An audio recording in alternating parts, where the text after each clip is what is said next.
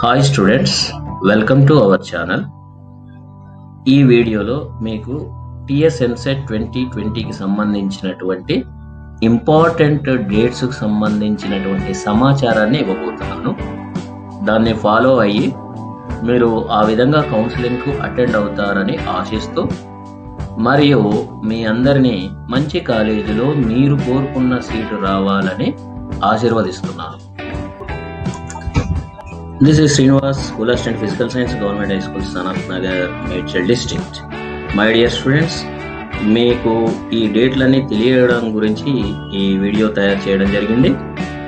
ఇలాంటి వీడియోలు ఇక ముందు భవిష్యత్తులో కూడా రావడానికి, అనేక మంది విద్యార్థులకు సహాయపడేటటువంటి అవకాశం నాకు ఇవ్వడానికి మీరు తప్పనిసరిగా దీన్ని సబ్స్క్రైబ్ చేయవలసిందిగా కోరుతున్నాను. Let us see what are the important dates for TS EAMCET 2020. TS EAMCET 2020 counseling, payment of fees and filling details. The dates are 9th October to 17th October. Almost 9 days are given for this. అంటే మీరు counselling వెళ్ళడానికి కొంత payment చేయవలసి ఉంటుంది. దానికి తర్వాత మీ minimum information file చేయడానికి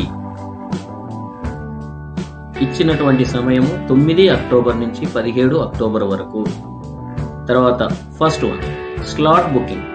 మీరు ఏ రోజు సర్టిఫికెట్స్ వెరిఫికేషన్ చేయించుకుంటారు అనేది 9th అక్టోబర్ నుంచి 17th అక్టోబర్ వరకు ఇవ్వడం జరిగింది.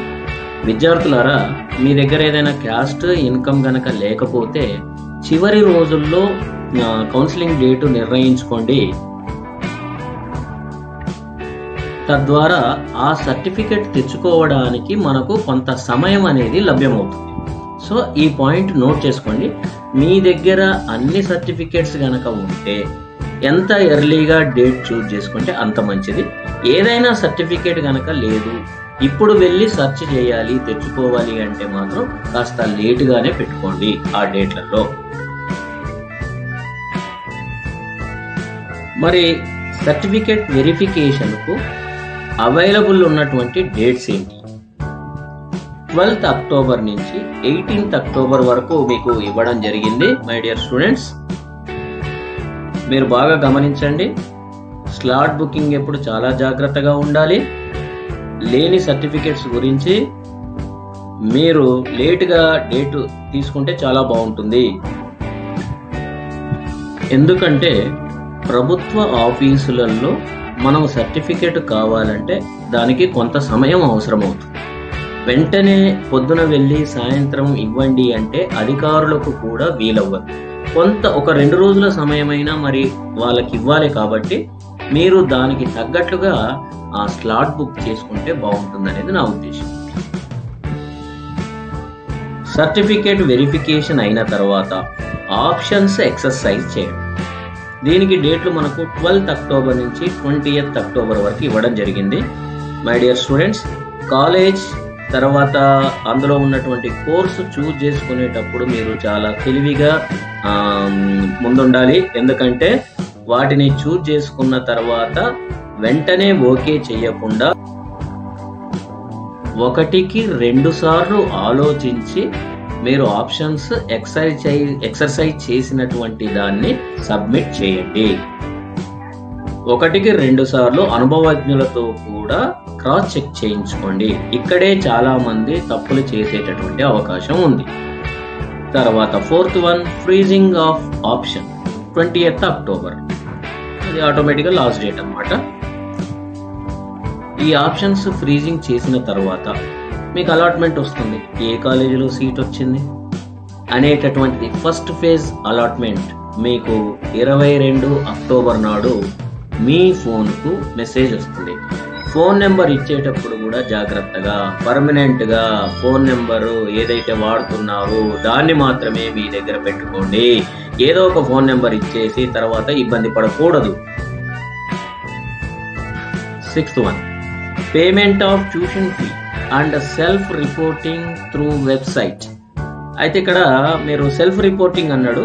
ఏ కాలేజ్ అయితే మీకు వచ్చిందో ఆ కాలేజ్లో రిపోర్ట్ చేయడానికి 22 అక్టోబర్ నుంచి 27 October 22nd to 27th October the time is given. Need not to go to college directly.